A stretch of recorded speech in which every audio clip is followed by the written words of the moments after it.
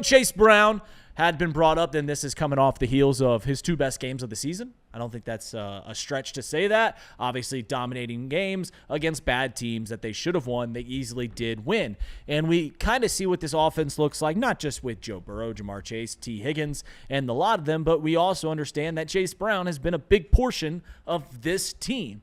If he has 150 yards, which is a big reach, if he has 150 yards against this Browns team all-purpose this Sunday, he will stretch into top 10 all-time single-season all-purpose yards. That's a very tall accomplishment, especially in this team that, as long as I've been a fan, they've had really good running backs. They've had really good wide receivers. They have really talented offensive players. Not just the quarterbacks where we went from Carson Palmer to Andy Dalton and now to Joe Burrow, but from wide receiver. We had Chad Johnson and TJ Hushmanzada to AJ Green to now Jamar Chase and T. Higgins. And you can do the same thing for running back. Corey Dillon to Rudy Johnson to Cedric Benson all the way to Jeremy Hill and Joe Mixon. And now it's Chase Brown. So the question is, as he will be on his final year of his rookie deal next year, do the Bengals start looking at extending Chase Brown? So you got to remember a few things before we dive into this. One, yes, he'll be on his final year. You have him for 1 more year. 2, throughout the history of this Cincinnati Bengals team, just listen to the names I just mentioned, it's not been too hard to find productive play at running back. And that's just not the Bengals. That's pretty much across the board. There's never, ever, ever have you looked at a team in the NFL and you gone, that team's a running back away from being very special. Now, we saw it last year with the Philadelphia Eagles, and they get Saquon Barkley, which, of course, is a generational player. And, yeah, we saw it a few years ago with the 49ers and Christian McCaffrey, but those teams are already really great. You weren't looking at them going, if they get a better running back, that team's going to win the Super Bowl. No, you never really think of that. It happened last year with the Eagles, but I think we know that in this sport, unfortunately, and this is why they don't get paid the same amount of money as edge rushers and wide receivers and quarterbacks, is, you can draft a guy like Chase Brown in the 4th round and it works out again. But a third thing is I think Chase Brown fits into this offense very, very well. Yes, he can run quite a bit. You could ask him to be a bell cow. You can go, hey, run 25 times a game, and he'll get you 100 yards. We've seen that before. We saw that when he was in college at Illinois. He led the Big Ten in rushing yards and rushing attempts at Illinois. That's big boy football. Also, he can catch it out of the backfield. That was something that, Joe Mixon was great. He wasn't necessarily to the level that Chase Brown is. So we get to this point of, all right, what do we do? Where are we at with Chase Brown? Do we want to extend him? And I think we're all on board. It'd be really awesome if Chase Brown comes around or is a part of this offense for years to come. I don't think there's a single Bengals fan that'll say, I don't want Chase Brown around. But there's also a lot of Bengals fans that go like, the price has to be right.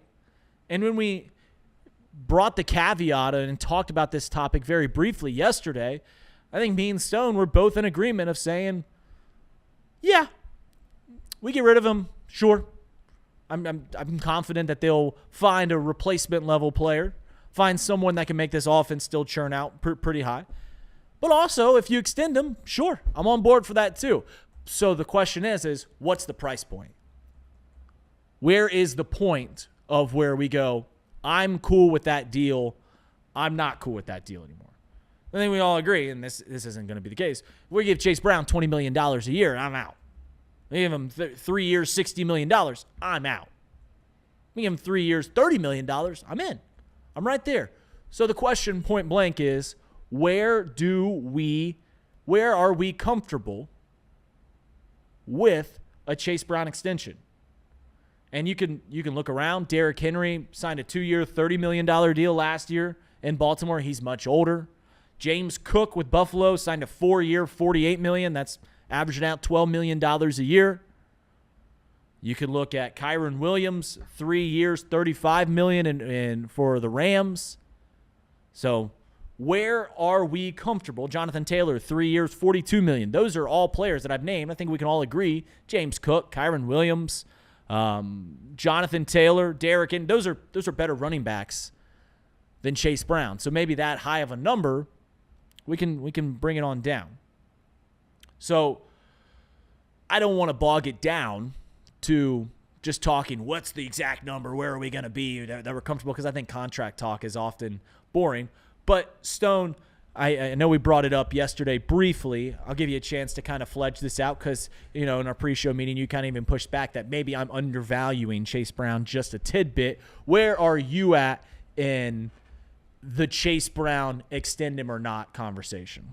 Yeah, I think for the most part, you and I are pretty aligned here. There's no debating that Chase Brown, when he's out there with Joe Burrow, is an unbelievable football player that adds a totally different element to this offense when T. Higgins and Jamar Chase are out on the football field. And we said going into this year that I thought this would be kind of a name where Chase Brown really breaks out. I think you'd argue last year was his breakout year, but really had the potential to become kind of like a borderline household name around the NFL this year with a healthy Joe Burrow. Unfortunately, Joe Burrow was out for much of the year, and he started to come into his own a little bit after a slow start. The offensive line was kind of finding their way, but in the Flacco era, he started to put together some good games, and obviously he's playing his best football here at the end of the year with Joe Burrow.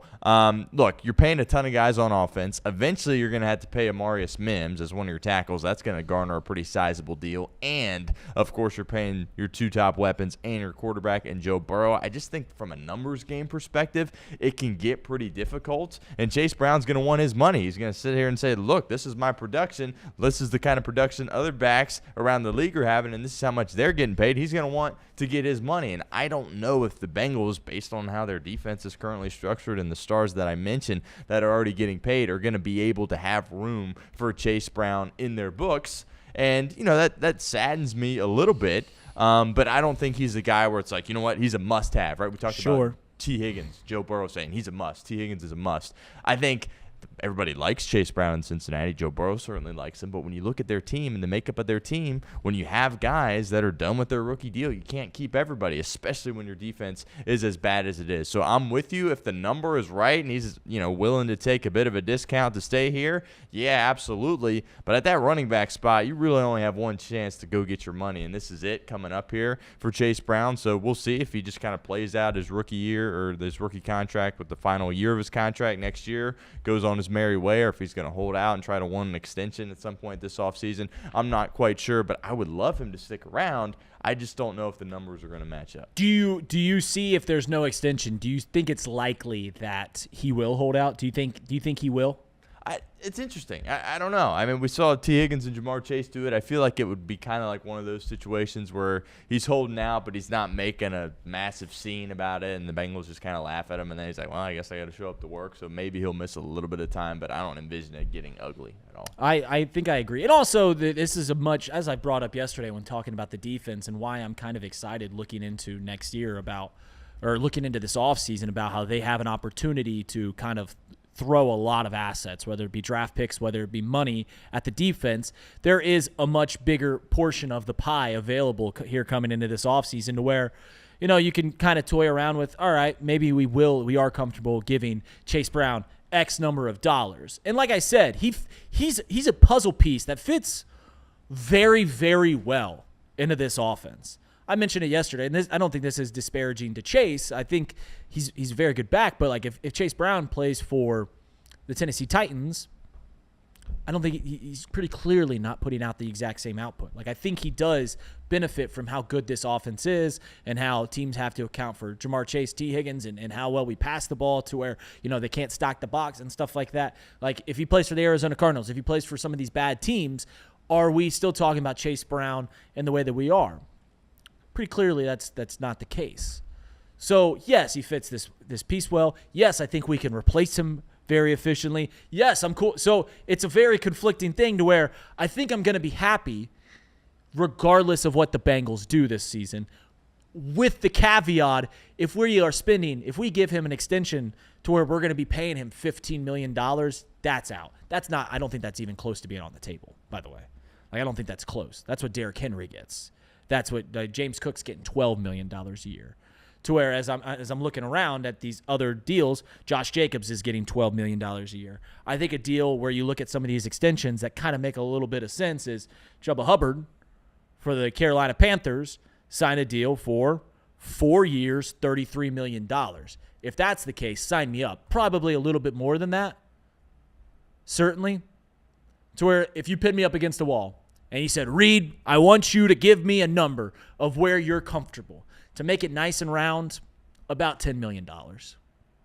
If we give Chase Brown 3 years, $30 million, all on board. Let's do it. Let's keep this offense churning out at the pace that we want. Because we know that if this offense is elite, if we know that if this offense keeps putting up the numbers that they do, and Joe Burrow stays healthy, and Jamar Chase and T, if we know that if all that stays the case, this team can beat anybody in the league.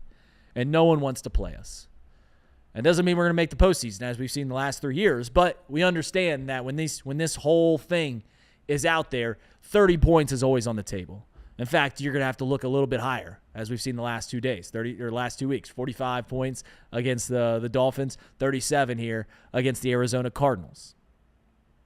So, yeah, if you push me up against the wall and you said, Reed Mouse, give me a number for Chase Brown, I think the number's about $10 million to where I'm comfortable. And I'm hand up, not the biggest contract guy.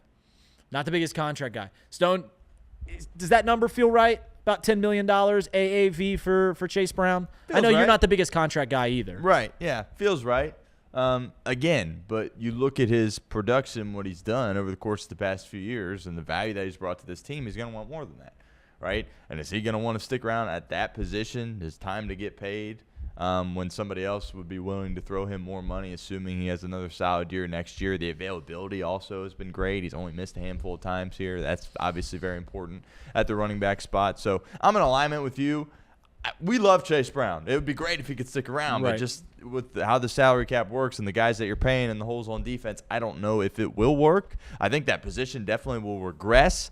I think running back in this offense to some degree is a little plug and play, but Chase Brown fits this offense really, really well, especially what he can do out of the backfield. But to your original point, 10 feels about right to me. 10 feels like the right number. I will warn everyone that if you don't hear a whole lot of Bengals news for a while and they finally get to the point of where it's time to extend contracts, they can have these contract talks, and the first thing that comes out of Bengals camp is that we have extended Chase Brown, we will be made fun of. We will be made fun of because the same thing that is like you guys run your team like it's Madden where you're just paying all the offensive guys. We will be made fun of, but I think we could all agree $10 million because they'll look at, oh, you're giving $55 million for Joe Burrow and you're giving this much money to Jamar Chase and T. Higgins and now you're giving it to the running back. Why don't you fix that defense? And just warn you, that's going to happen, but it's going to be okay because I think they're going to throw a lot of money at this defense this year. I think they're going to throw a lot of assets at this defense. But